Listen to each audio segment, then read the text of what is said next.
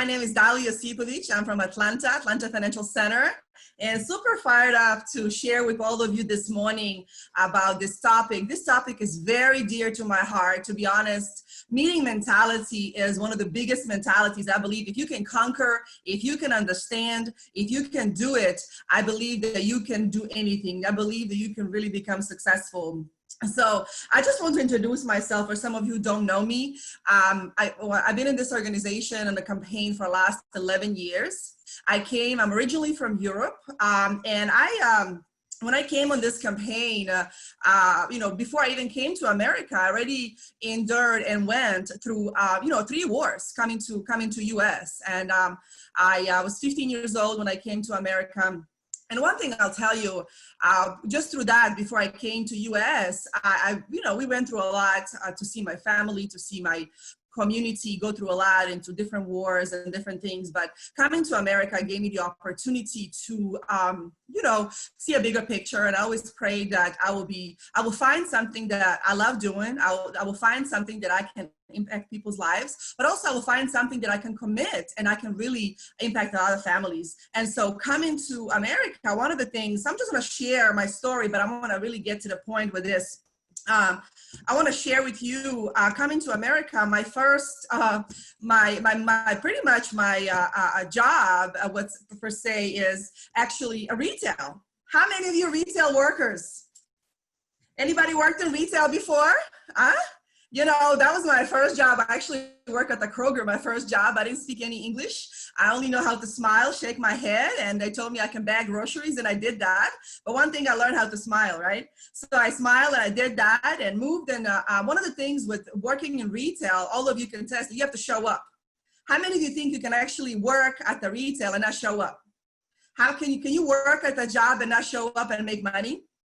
One thing I learned very quickly coming to America, if I don't show up, nothing's gonna happen. If I don't clock in and clock out, I will not make any money. If I don't show up, my family will not be helped, right? And so this is me working at Walmart, right? And I was actually a pharmacy tech there. That was my last position when I went there. And I cut off the picture, but this little smiley face says, "How may I help you? How may I help you?" And the rule of Walmart is basically you have to approach everybody, 5-foot rule, right? How can I help you? How may I help? How may I serve you? How can I help you? And one thing I learned through this company, through Walmart being the way they are, they have a humongous meeting mentality. Okay, coming to Walmart, every morning we had to huddle in the morning before the meeting starts. And we have to do similarly like whoosh, okay? We have to get together, the store manager will tell his goals, this is what's on agenda today, and they will literally do the chant. We will clap and say, "Give me a W, give me an A, give me an L, give me an M, give me R, give me a T, give me a squiggly. What's that spelled? Walmart." And we will excitingly shout in the whole entire store, "Walmart." And I'm like, man, this is exciting. So I can see the team, I can see the excitement. But one thing I look back, whose empire was I building? I was shouting for who? But one thing I learned working there, that I had to show up and I had to work hard, and and anytime somebody was going to call off, they will call me to work, because I understood, coming from third world country, that I have to go to work and I have to have a high level of discipline to work. The next thing they told me, but I was hungry. Working for Walmart, I wasn't satisfied. I wanted something more. So they told me, "Hey, you know what? My store, a co-manager said, 'Hey, my wife does Mary Kay. I think you'll be a great candidate. You're friendly. You can talk to people. You can engage. Why don't you talk to her?' As soon as she showed me the Mary Kay, I said, man, I can work for myself. I have an opportunity." And you know what? My 3rd month working for Mary Kay, guess what I got? Yep, you can see it on the screen. I won that car. I actually got that car. And they told me, "Dali, you can get a free car." And I was like, free car? Really? But one of the things that Mary Kay I had to do is I had to go to the meetings.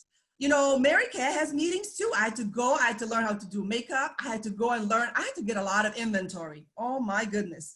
I remember working at Walmart, I saved money and I literally invested $3,600, my big Upstart kit.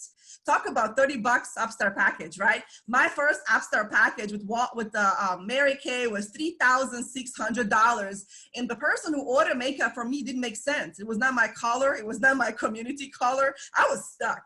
But I'll tell you, I was fired up. Why? Because I saw the opportunity. I can change my life. Hey, I can work for myself. I have freedom. But one thing is I really had to hustle, because how much makeup can I sell? Think about it. if the lipstick is $12, I have to sell how many lipsticks to actually make $1,000? My profit is $6.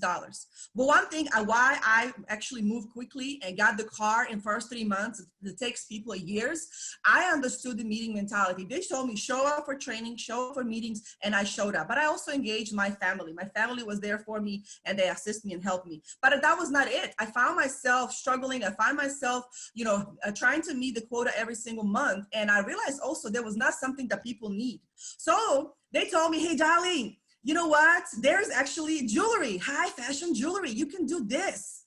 And I was like, really? Oh my goodness, I love jewelry. So I can go ahead and make money. They said, but you know what? You got to come to the meetings. There's calls. We're going to teach you how to set up the table. You got to come an hour early to people's homes. You got to set up this beautiful table. You got to propose. You got to let them touch and feel, prepare and sell. Woohoo! I said, man, this is phenomenal. I can go and sell this jewelry like nothing because you know what? This is girl's best friend, right? And I went and I'll tell you, I dragged this jewelry to people's homes. I set up people's tables and my trainer sometimes will come with me, sometimes won't, and they will come and snag, girls will get together. But sometimes I'll go home from Mary Kay shows and from our jewelry shows broke. Because people try, but they don't buy.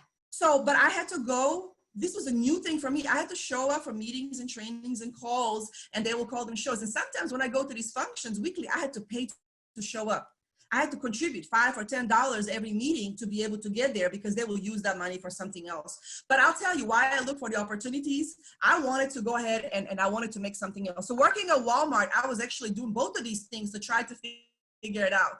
So once I did this jewelry, I actually got pregnant. I was working at Walmart.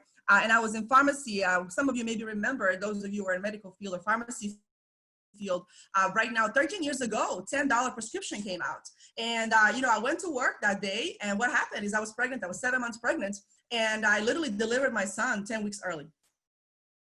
And he was born 2 pounds, 15 ounces. So this was my son who was born. But I'll tell you, I took a year off. And same day when my son came out of the hospital, right? Same day I got flowers for my job from Walmart. Oh my goodness. I was going to scan the picture, but those flowers were so beautiful. And same day I got actually $75,000 bill from the hospital. And I had to pause and I'm like, man, this is a job that Walmart, and again, I love what I do. I love people. That's why I love what I was doing. But I realized that I actually gave my blood, sweat, and tears to a company who literally, when I needed them the most, they didn't take care of me. They only gave me the flowers and they were not there for me. And I showed up all the time. And when I needed them the most to hire more people or that day to have more people, they didn't. So my son was born and I took a year off to take care of him. And that's where WSB and WG opportunity came along. But one of the things that for me, when my son was born, how many of you will leave this baby at home, right? And go to training? How many of you will actually leave this baby at home and go to training? So when I came, right, this is my first actually convention, 2010. I couldn't go to the 2009 one because my son was just born, he was so little. But a TTT 90 was my first event in Atlanta. And Anita told me, hey, Dali, you gotta go. And I'm like, go where? You gotta go to TTT 90. I said, what is wrong with her? Can she see that I'm pumping every 2 hours? How can I leave this child? My husband is on the road, he's a truck driver. There's no way, And she keeps saying, no, you gotta go, you gotta go. I'm like, okay, something is not right with her. But she kept persisting for me to go. And it was really tough for me to leave this child, but I'm a first-time mommy at home and actually go to this event. But I'm so thankful I went. I saw what I saw. I saw people from all walks of life. I was only 24 years old. And I saw at that time, Johnny and his brother. I saw them come on stage and share their story. I saw so many people there and it gave me a hope. And so when I came back, I said, But I'll tell you one thing, when I went to that first event at TTT 90, I felt really, really, really, really bad.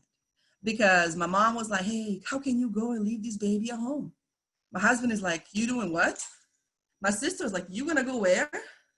So my family loves me so much, but they're like, how can you go and to trainings and meetings and leave this person at home? And for me, as a mother, I don't know how many of you moms out there can actually relate to this. It was really, really tough. because you want to do your best, but you see a hope. And one of the things when I went to this arena, and actually this is the arena right on the top on the left-hand side, that's where I first time me and Kenny from Canada and the crew, we actually heard Adeolu talk on stage and give us 10 commandments.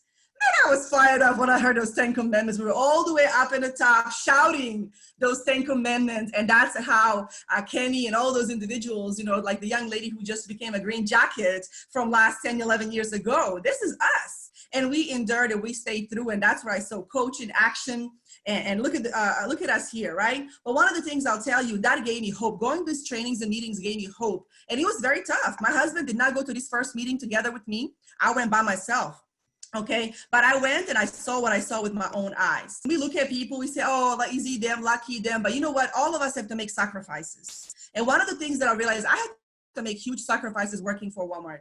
I had to make huge sacrifices working from even Mary Kay. And I've done so many other things because I was always looking for hope, right? But let me ask you this, right?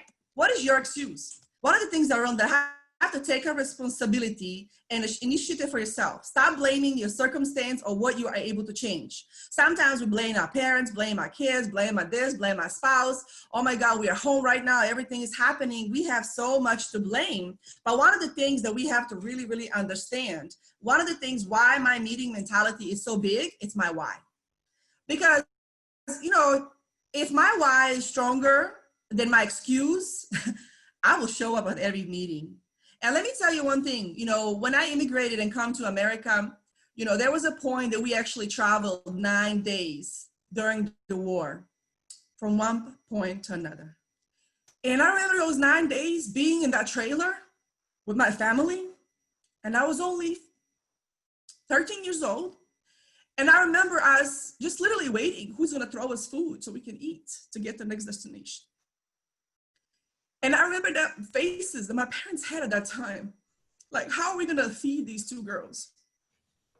And I told myself then, no matter where I get to go, no matter if it's this different part of the country, I always prayed to go to the United States when I was little because I just wanted to change.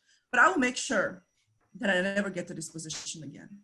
So people ask me, what is my why? Yes, I have so many, but I'll tell you one thing. I just don't want to be in the position. I don't want to be poor. I don't want to be struggling like my parents did to try to feed us. And coming to America, I saw the opportunity. And when I saw WFG, I saw my reasons and I saw my excuses, but I really had to look into my why. So right now, my why equals to meeting mentality.